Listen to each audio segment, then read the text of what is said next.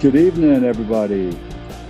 So, it is another episode of the Hillbilly Think Tank with Spencer Cat coming at you live here in Elizabethtown, Kentucky, Tunnel Hills. So 'tis the season to be jolly, and apparently we've got a real jolly person in the White House. When he's not sleeping, he's thinking of jolly ways to put his name on stuff. Yep, I'm talking about Trumpious Caesar, Kaiser Trump, Caesar Trump. Yep, Sleepy Don, who I'm talking about. He's got to have his name on everything. It's wasn't enough that he had Trump Steaks, Trump University, Trump. What else can we have? Trump Plaza, Trump casinos. Tell me something, Trump's name on it, that didn't go belly up. Trump Plaza would have gone belly up if it hadn't been for Russians and Saudi Arabians buying out all the rooms. And then he's beholden to them still to this day. Everything that Trump has touched has gone belly up. Now he wants Trump quarter for the 250th anniversary of the USA. He wants Trump's $250 bill with his head on both the quarter and the bill. We have Trump Peace Center. As Gavin Newsom said, that's like KFC's Center for Vegetarianism or Veganism. He wants a Trump. Well, he already got a Trump Plaza, but he wants a Trump airport. He's got the Trump Kennedy Center, even though it takes an act of Congress to rename it. He appointed board of directors who he said renamed it. They don't have the power to, but hey, that's what you do when you're Caesar. Now, just announced today, he wants Trump battleships. If you remember back when Keg's Breath brought all of the military generals to Quantico, Virginia to have the huge meeting so he could berate them about shaving standards, grooming standards, fitness standards, tell everyone that we're going to go back to hazing, hands-on training of soldiers. Yeah, that guy. Well, during that same speech, Trump talked about how ships just didn't look aesthetically pleasing to him and how he had personally stopped the production of one frigate because it wasn't aesthetically pleasing enough to him. Doesn't like the designs that are used currently because these designs are designed to not show up on the radar. He doesn't like that. So he wants his imprint on ships. So he literally announced a Trump battleship. Now, we haven't had battleships actively in the Navy since the 90s. And after World War II, they were actually obsolete. They've been retrofitted with some munitions, such as missiles, up in the 80s, and we use them into the 90s, but they were obsolete. But a man who wants to take us back to an obsolete past thinks that those floating targets are going to be the fastest, the biggest, the everything else Donnie likes to use, big, fast, mean, you name it. That's what he says his ships are going to be. Well, has no one read anything that we had on a reading list in high school? Did no one ever read Julius Caesar and take it seriously? Maybe you didn't have a good teacher to teach you the meaning of that, right? What happens when you get a so-called populist leader that's actually a dictator masquerading as a populist? What happens when they cross the Rubicon and you can't go back? The Romans had plenty of rights, but no freedom. They had no way to actually self-govern. The Senate was a joke after he crossed the Rubicon. He was the dictator. All hail Caesar. He would like us to hail him. He really, really is self-infatuated. Never have we had a president demand their name on so many things as this president does, as if he's running his business. And we know what he does when he runs his business. He runs them into ground. There are no more Trump steaks. There are no more Trump universities. That university was sued for not actually giving anyone a real education. And those people who sued won. Trump casinos in Atlantic City. Not only did they go bankrupt, they bankrupted Atlantic City. And yet, everything that he has his name on fails unless someone comes to bail him out, as the Russians and the Saudis did in his Trump plazas, in his Trump towers. Go down to Mar-a-Lago. What are you going to find? Plenty of pregnant Russian women filling up his rooms so they get birthright citizenship. Look it up. It's a fact.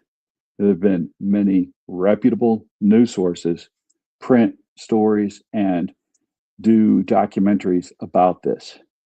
Russian oligarchs send their wives there to have their babies so they have dual US Russian citizenship. And that puts a lot of money in Mar-a-Lago and in his New York hotels, buildings, towers.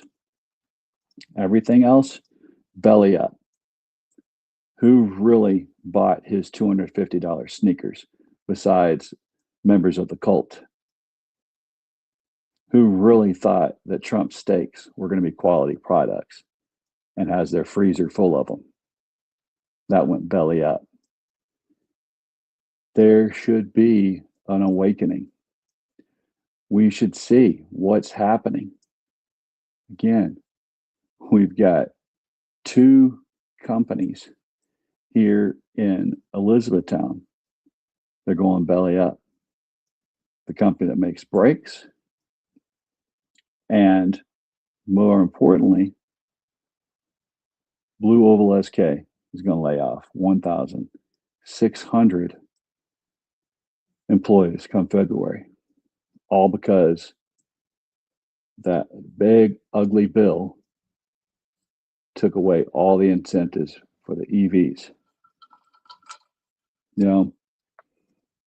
Then we have hemp farmers that are now sitting with product in their barns that's not going to be able to be used come the end of this year due to provisions that Mitch McConnell, Moscow Mitch, decided to dump in there as his last minute money grabbing scheme, because there's a PAC that paid him to jettison the hemp industry, because the hemp products, all these clothing, ropes, and CBD and THC products, meaning seltzer drinks and gummies,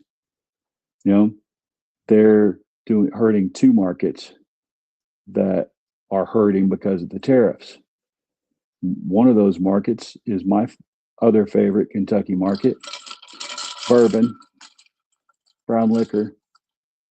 We know that market has been destroyed, that the Canadians are no longer buying our bourbon. They were our largest export country. And the tariff war now has them not buying Kentucky bourbon. Jim Beam shuttering their production for this year because they got too many barrels sitting, not being sold in their warehouses or in their rick houses. So what are we going to do?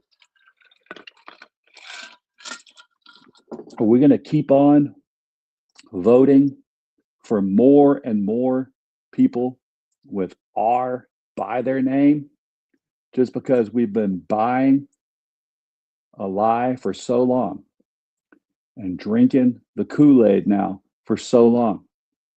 Or can we step back and say, okay, guys, I recognize this. This is a cult. I'm not drinking that Kool-Aid. I'm not going down. Right? Step back. Turn course. Let's get back to the country that awarded people for producing quality products and quality American work. We can do it.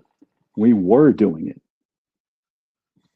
There was a boom of people buying bourbon around the world. There was a boom for EVs when I bought mine in 2022. It was so hard to get one because they were being scooped up quicker than anything. People were using those EV incentives, employing Americans to build their vehicles, to build their batteries for those vehicles. And that's why we had a plant here in Hardin County, just south of here where I live.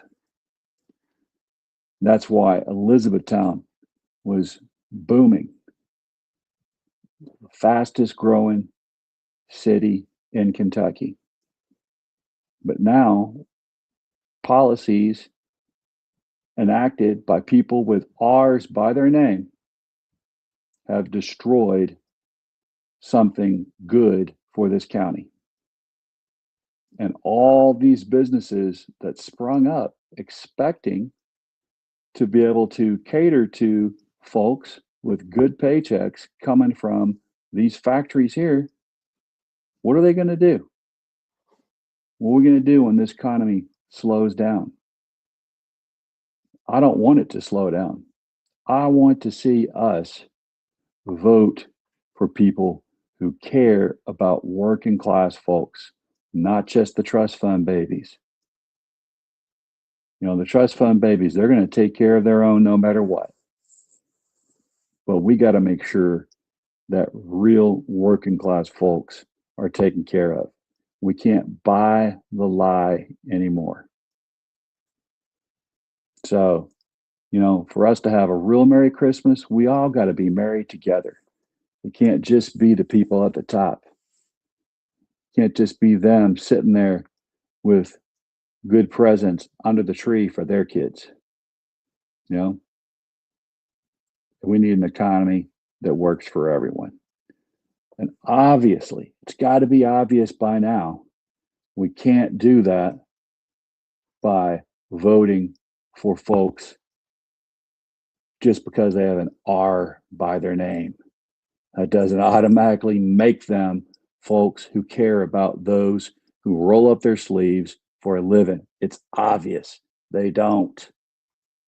They care about tax breaks for the rich at the expense of our schools, our roads, our water supplies, our infrastructure. Everything we need to be able to live a good life. You know, maybe they don't care if potholes blow holes in their tires because their limousine driver can always go put another one on for them. And, you know, paying quite a few $100s for a tire won't bother them, but we know it would bother us to have to do that. And when we have to do that constantly because we have roads that aren't being repaired, because we have folks who are voting against our interests, against repairing and rebuilding America so that it stays functional, and can deliver the goods that we make here. So let's get back to the basics. The basics are we need to have good schools, good roads, good hospitals. We need to have well-educated kids so they can become well-educated voters, well-educated nurses, well-educated doctors, well-educated teachers, well-educated workers in factories like Blue Oval SK. We don't just need people anymore just to push buttons. We need people who can actually think and reason. That's what businesses need. And they're not going to get this if we don't invest in our schools, in our kids, public education.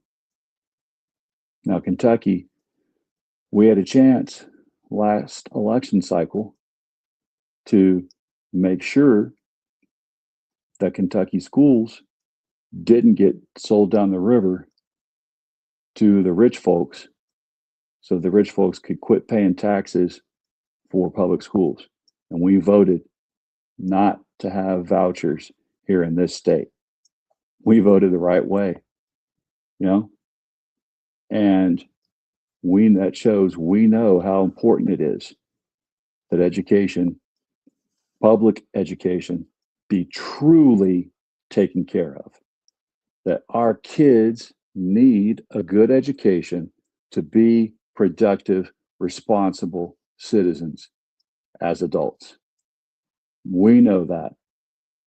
But you've got to put people in office now when it's not something that's on a ballot for us to individually vote on, but when it's voted on in Frankfurt, when it's voted on in DC, when it's voted on in city council, when it's voted on in the magistrate's office and meetings, we need to make sure that we put folks in there who are going to vote for our interests, not for the interests of 1% of America, those people with the trust funds.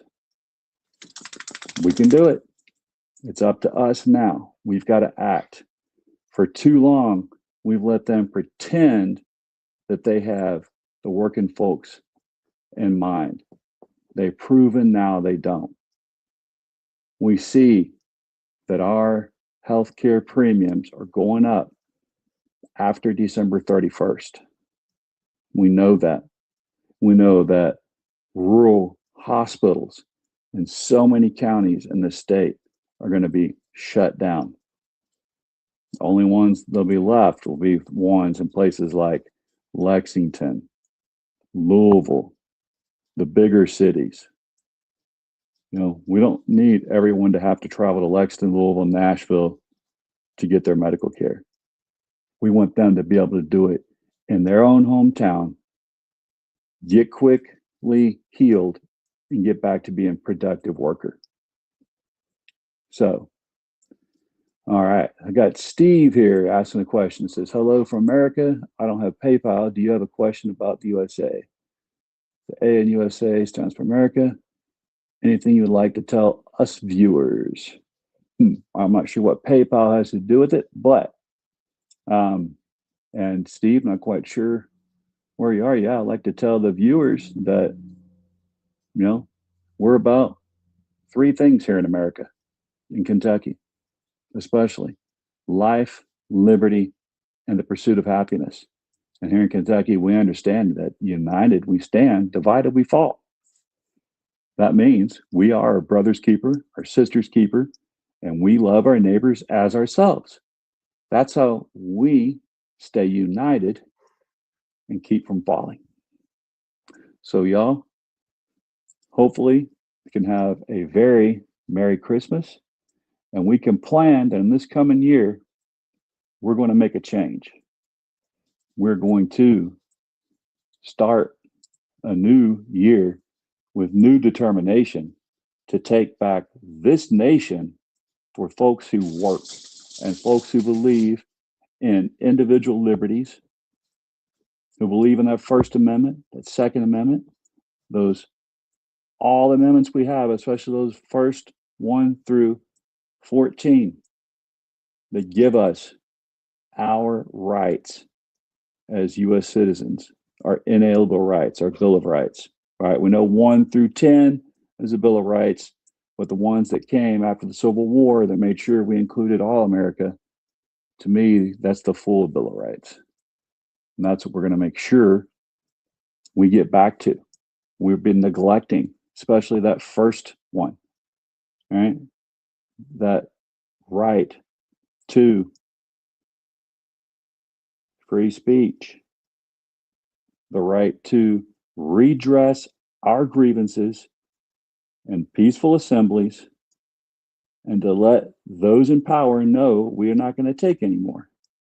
We're not going to take their corporate greed. They're selling out to PACs that have nothing to do with us. All right? No, we're not going to do it anymore. We're going to make sure that we get back to where the press is actually free and not giving us drivel paid for by big corporate conglomerates. But we're getting facts, not lies. And we're going to get back to where when we talk about freedom of religion, we're talking about freedom for everybody to worship or not worship as they see fit. That division between the church and the state, religion and the state, religion and government. Right? So, all right, y'all. Love your neighbor as yourself. We are a brother's keeper. We're a sister's keeper. God bless you, Lord Corazon. Feliz Navidad. Merry Christmas.